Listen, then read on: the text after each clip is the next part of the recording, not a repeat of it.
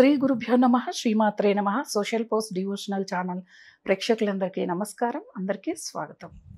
ఇప్పుడు బ్రహ్మకాల ముహూర్తం ఏ సమయం మనకండి? ఒక రోజులో 24 గంటలు, కొన్ని గంటలకు ఒక్కొక్క సమయం. ఇది మధ్యాహ్నం, ఇది ఉదయం, ఇది రాత్రి, ఇది అర్ధరాత్రి, ఇది తెల్లవారుజాము, ఇది బ్రహ్మీకాల ముహూర్తం. అలాగే రాహుకాలం, కాలాలు ఉన్నాయి. రాహుకాలం, యమకాలం, యమతిథి, ఇలాంటివన్నీ కూడా మన ఋషులు మన ముందుకు తీసుకొచ్చారు. నిజమే కదండి. ఇంగ్లీష్ వాళ్ళు కూడా afternoon, morning, night, mid night, early morning అంటే ఏఎం అంటారు. అంటే 6 గంటల లోపు తెల్లవారుజాముని ఏఎం అంటారు కదా. కాబట్టి వాళ్ళ భాషలో వాళ్ళు చెప్పుకుంటే మన భాషలో మనం చెప్పేది. నిజం చెప్తున్నా అండి, మన బ్రహ్మీకాల ముహూర్తాన్ని విదేశీయులు ఎంతగా వినియోగించుకుంటున్నారు అంటే అంతగా వినియోగించుకుంటున్నారు. ఏదైనా పొరుగింటి పుల్లకూర రుచి అని మన ఇంట్లో చేసే కూరలు రుచి ఉండవు. మన వాళ్ళు చెప్పే ఆధ్యాత్మిక విషయాలు మనకు రుచించవు. పక్క దేశాల వాడు వచ్చి చెప్తే రుచిస్తాయి.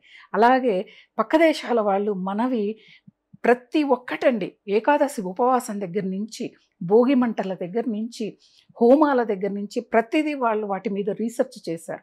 ఎందుకు భారతీయులు ఇంతగా వీటిని ఆచరిస్తారు? దీని వెనక ఏంటి ఉంది? ఆధ్యాత్మిక కోణం అనేది ఉందా, లేకపోతే ఆరోగ్య రహస్యం ఉందా అని వాళ్ళు రీసెర్చ్ చేస్తే వాళ్ళ దిమ్మ తిరిగిపోయే ఆ విషయాలు తెలుసుకుని వాళ్ళు ఆచరిస్తూ వాళ్ళు ముందుకు వెళ్తూ ఉన్నారు. మనం వాటిని వదిలేసాం.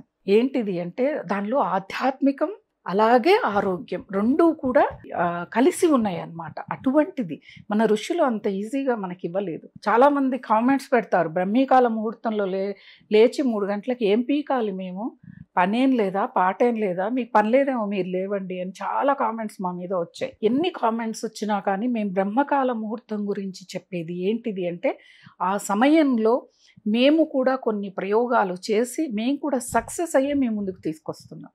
నిజం చెప్తున్నాను. ఇది నేను ప్రమాణం చేసి చెప్తున్నా, ప్రామిస్ చేసి చెప్తున్నా. బ్రహ్మీకాల ముహూర్తం అనేది అతి శక్తివంతమైనది, అతి పవిత్రమైనది అని మాత్రం ఖచ్చితంగా చెప్తాను. ఎందుకు అంటే ఆ సమయంలో మన సిద్ధాశ్రమంలో ఉన్న మన ఋషులందరూ కూడా వాళ్ళ సాధన ఫలితాన్ని భూమి మీదకి ప్రసరింపచేస్తారు. ఆ సమయంలో మనం సాధన చేసామనుకోండి, లేసి ఆ శక్తిని మనం రిసీవ్ చేసుకోగలుగుతాం. అప్పుడు ఏమవుతుంది, మనకి 6th సెన్స్ బాగా పనిచేస్తుంది. ముందు ఏం జరగబోతోంది, జరగబోయే విషయం తెలుస్తుంది. అలాగే చురుకుదనం ఉంటుంది. ఏం చెయ్యాలి, ఈ సందర్భాన్ని బట్టి ఏం మాట్లాడాలి, ఏ పని చేయాలి అనే ఒక శక్తి అనేది మనకు వస్తుంది. అది బ్రహ్మకాల ముహూర్తం. అంతేకాని ఆ సమయంలో నువ్వు ఈ దేవుణ్ణి పూజ చేయి, ఆ దేవుణ్ణి అంటే అది కోరికలతో, అంటే మీకు ఏ కష్టం ఉందో ఆ కష్టాన్ని నుంచి బయటపడడం కోసం మేము ఆ సమయంలో పూజ చేయమంటాం. కానీ బ్రహ్మీకాల ముహూర్తంలో నిద్రలేచి ఆ సమయంలో మీరు ఏం చేయొద్దు. నేను ధ్యానం చేయమంటలేదు, పూజ చేయమంటలేదు, మీరు ఇంకేదో చేయమంటలేదు. లేవండి, మీరు ఆ టైంలో లేచి మీరు ఇంటి పనులు చేసుకోండి, మీకేమైనా పనులు ఉంటే చేసుకోండి, శుభ్రంగా స్నానం చేయండి, దీపారాధన చేయండి. నేను కూర్చొని గంటలు పూజ చేయమనిలే. తర్వాత ఒక్క 40 రోజులు చేయండి. ఇలా 41వ రోజు మీరు తెల్లవారే వరకు మీరు నిద్రపోతారేమో నేను కూడా చూస్తాను. నిద్ర రాదండి. ఎందుకంటే ఆ సమయం అనేది యూనివర్స్, విశ్వం ఉంటుంది కదా, మనం అనుకున్న వాటిని అందించే పని చేస్తుంది. ఆ సమయం వింటుంది. చూడండి, ఒకసారి 3 గంటలకు లేచి ఆకాశం వైపు చూస్తే, యూనివర్స్ వైపు ప్రశాంతంగా, మన దగ్గరగా, మనతో ఉన్నట్టు, మనతో సంభాషిస్తున్నట్లుగా ఉంటుందన్నమాట. అంత శక్తివంతమైన కాలం. సరేనండి, చెప్పారు. మరి ఆ సమయం ఏంటిది? బ్రహ్మీకాల ముహూర్త సమయం ఏంటిది?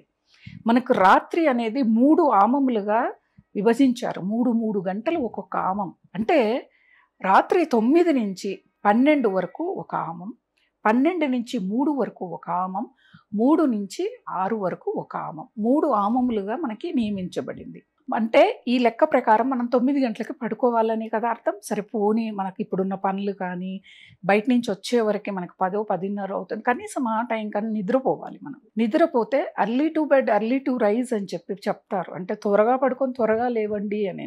పూర్వకాలంలో పెద్దవాళ్ళకి ఎందుకు అనారోగ్య సమస్యలు లేవు, ఎందుకు వాళ్ళ కళ్ళకి అద్దాలు లేవు? మెయిన్ రీజన్ కళ్ళకి అద్దాలు మాట్లాడుకుందాం. ఎందుకంటే వాళ్ళు డే అంతా పని ఉన్నా లేకపోయినా వాళ్ళు 3 గంటలకు లేచే అలవాటు. 3 గంటలకి చీకటిగా ఉంటుంది, 4 గంటలకు కాస్త చీకటి తగ్గుతుంది, 5కి ఇంకాస్త చీకటి తగ్గుతుంది, 6కి తెల్లవారుతుంది.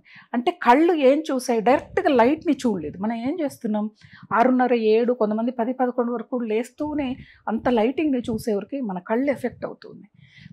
వాళ్ళకేమి నిదానంగా చీకటి నుంచి చీకటి తక్కువ చేసుకుంటూ వెలుతురులోకి వస్తుంది.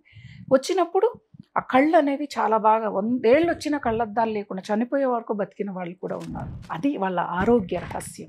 ఆ సమయంలో లేస్తే కూడా ఆరోగ్యం కూడా చాలా బాగుంటుంది. ఇంకోటి, మహిళలందరికీ కూడా మీరు ఆ సమయంలో లేచి స్నానం చేసి దీపారాధన చేసి కొంచెం మీరు చేసే పూజలు మీరు చేయండి. మీ స్కిన్ గ్లో రాకపోతే, మీ ముఖంలో కళ రాకపోతే నన్ను అడగండి, తప్పకుండా వస్తుంది, తప్పకుండా వస్తుంది. మరి ఏ సమయము అంటే తెల్లవారుజాము 3 నుంచి 4:30 లోపు బ్రహ్మీకాల ముహూర్త సమయము. అంటే ఈ సమయాన్ని మీరు వినియోగించుకోండి. 4:30కి పడుకోవాలంటే పడుకోవద్దు. 4:30కి మీరు ఇంకేమైనా పనులు చేసుకోండి. ఎంత సమయం మిగులుతుందో, అయ్యో ఇంకా 6 ఇంకా 7 అనిపిస్తుంది. సమయం ఆదా అవుతుంది. కాకపోతే నైట్ షిఫ్ట్ జాబ్ చేసే వాళ్ళకి మాత్రం నేనేం చెప్పలేను. వాళ్ళు సంధ్యాకాలం ఉంటుంది కదా, ఆ కాలాన్ని మీరు వినియోగించుకోవచ్చు. బ్రహ్మీకాల ముహూర్తం మీకు రాదు కాబట్టి. ఎందుకంటే మనం సమాజం ఎలా వెళ్తుందో, మన పరిస్థితులు ఎలా వెళ్తున్నాయో అలా వెళ్ళటమే మన ధర్మం అన్నమాట. కాబట్టి మీరు ఛానల్ని ఎక్కడ స్కిప్ చేయకండి. ఛానల్ చూసేటప్పుడు స్కిప్ చేశారంటే స్కిప్ చేసిన చోటే మీకు కావాల్సిన విషయం ఉండిండొచ్చు. అలాగే ఛానల్ ఓపెన్ చేసి వెంబడే బ్యాక్ వెళ్ళినా మీకు సమాచారం తెలీదు. లాస్ట్ వరకు మీరు ప్లే చేసి వినండి. ఎందుకంటే ఇప్పుడు ఆఖరణ వచ్చింది మీకు సమాధానం. మీరు ఆఖరణ వింటేనే కదా బ్రహ్మీకాల ముహూర్త సమయం ఏంటిదో తెలిసేది. కాబట్టి స్కిప్ చేయకుండా వీడియోని చూడండి. కావాల్సిన సమాచారం మొత్తం మీకు అందుతుంది. మీకు ఏదైనా ధర్మ సందేహం ఉంటే కింద కామెంట్ బాక్స్లో పెడితే నేను నెక్స్ట్ వీడియోస్లో మీకు ధర్మ సందేహం తీర్చే ప్రయత్నం చేస్తాను. స్వస్తి.